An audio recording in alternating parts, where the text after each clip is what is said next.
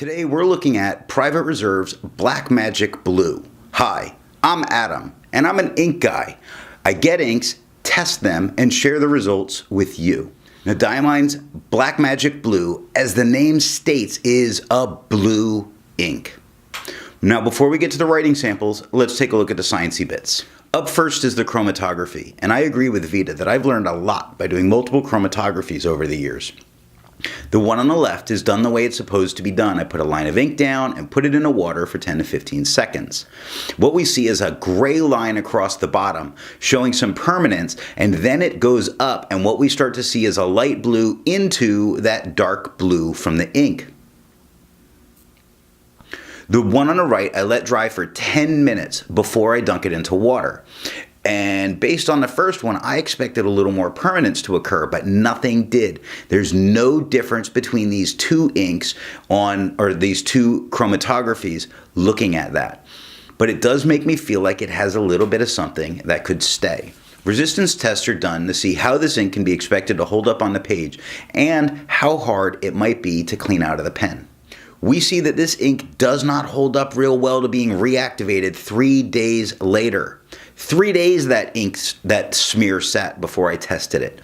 And the highlighter completely reactivated and feathered out all over the place, which was kind of surprising to me. I was hoping it would hold on, but it didn't. It's gross.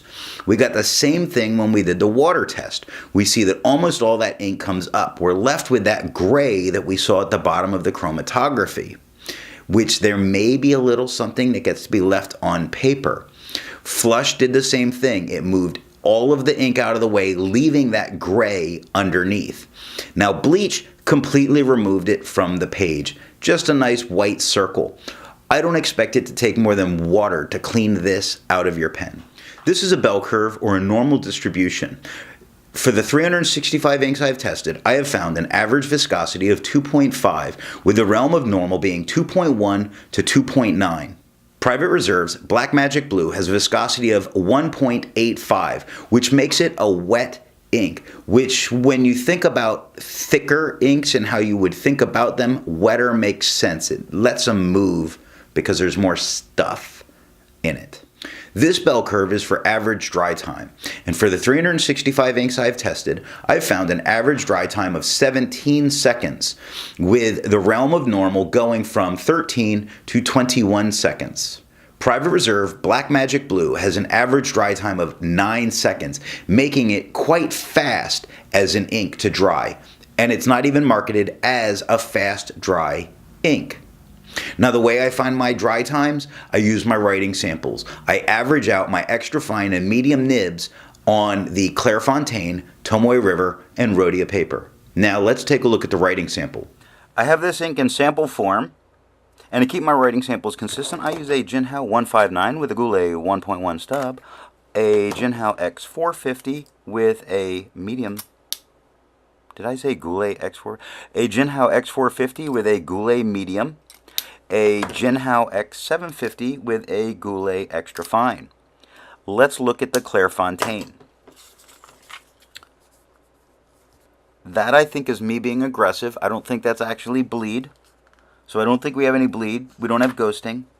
When I look at the 1.1, I have no feather, no spread, no halo, no sheen.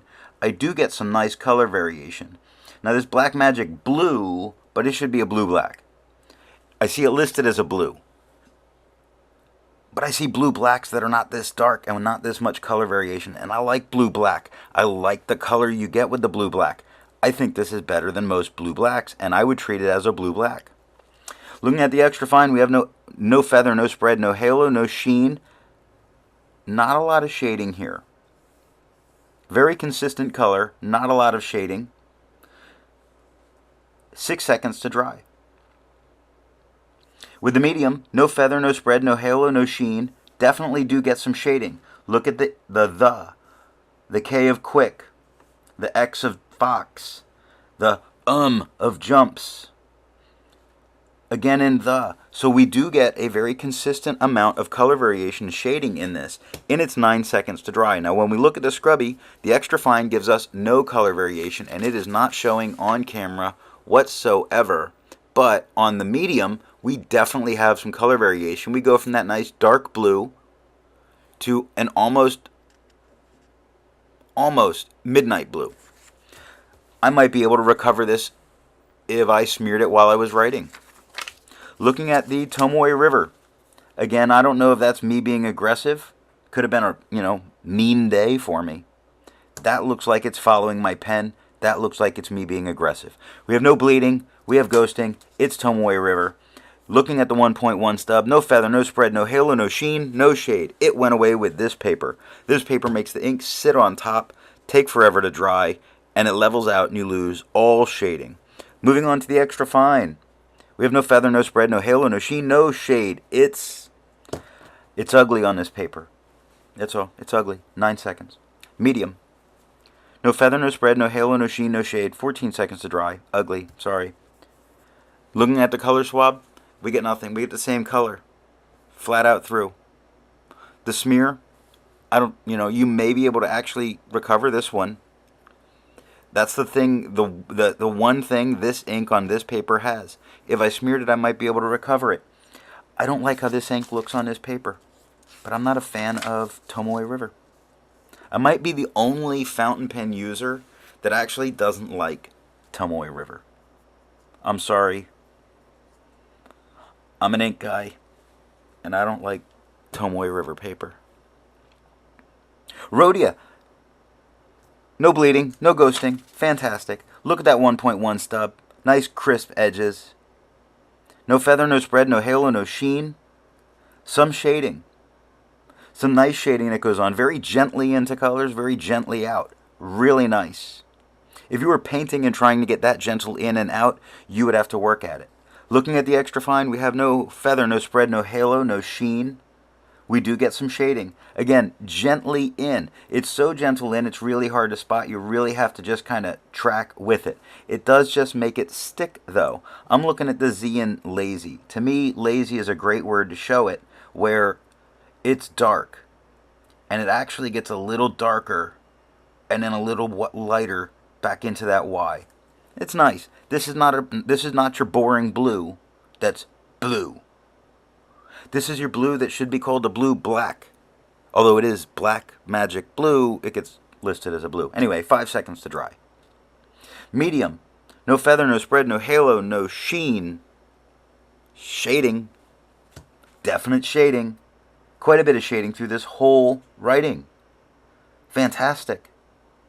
When I see the Scrubby, the extra fine shows some shade, not a ton, but the medium definitely shows a ton of shade. And the smear test says I could recover it if I was being sloppy.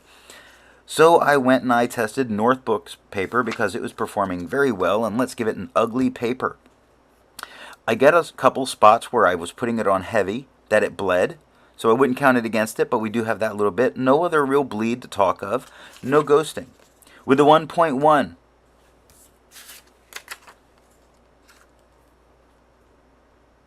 it didn't feather, but it's definitely spread. Look at that. That looks more like a double broad. That's a 1.1. Look at that. Okay. So with the Northbooks, 1.1, don't do it. On the extra fine, I have no feather.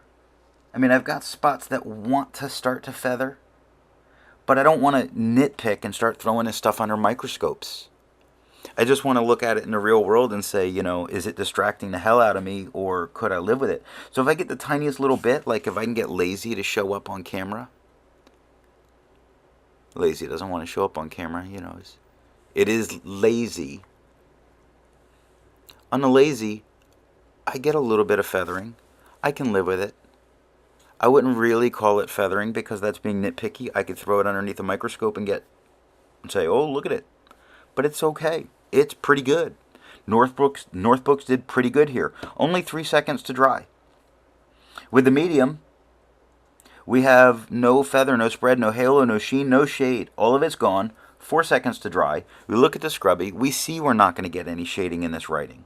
When we look at the smear test, we do see that we're going to get to recover it. So this is not a bad student notebook combination right here. If you're a student and you want to use the North books, use this ink with it. It holds up real well, and it's got a personality as a blue ink. Looking at Fabriano, the fact that these follow what look like pen strokes so directly looks like it was me being a butthead. But other than that, we have no bleed and no show through. With the 1.1, we have no feather, no spread, no halo, no sheen, no shade. This paper's very good at taming inks that maybe want to be a little out of control. With the extra fine, no feather, no spread, no halo, no sheen, no shade, 5 seconds to dry. But I like this paper. It's a nice color. I'm going to probably get a bottle of this ink just because of how it looks as the blue-black. I know it says blue. I'm going to call it blue-black. That's right. I'm renaming your colors. On a medium, we have no feather, no spread, no halo, no sheen, no shade. We lose it with this paper. It absorbs in a little bit quicker, 7 seconds to dry. When we look at the Scrubby, we see we're not going to get a lot of color variation. And when we look at the smear, it's going to survive the smear. Although I don't know that this is your go take notes notebook type paper, it is a little bit pricier, but I like this paper. I just don't use it all the time because it's expensive and it's not my sort of go-to notebook. So that's all that I have for the writing sample. Instead of finding an ink that looks like Private Reserve's Black Magic Blue, I would prefer to find an ink that truly complements its color on the page. And that led me to Robert Oster's Orange. Before I get to my opinion on the ink, I would ask if you've enjoyed this video, give it a thumbs up. And if it's your first time here, I would invite you to subscribe. Now, to make sure I have a range of experience with this ink, what I do is I do my writing samples. I then put this ink into a different pen and use that for a day. I then put it into a Levenger TrueWriter with a broad nib to take my notes for this video. So what do I think of Private Reserve's Black Magic Blue? It's listed as a blue, but it should probably be listed as a blue-black because it's such a dark blue, but an incredibly consistent color. Now, I like blue-black inks, and that kind of consistency, that kind of predictability of a color is a wonderful thing to see. So now the big question, would I purchase a bottle of this ink? Yes, I would. I think the color that it's giving is fantastic. Thanks for watching.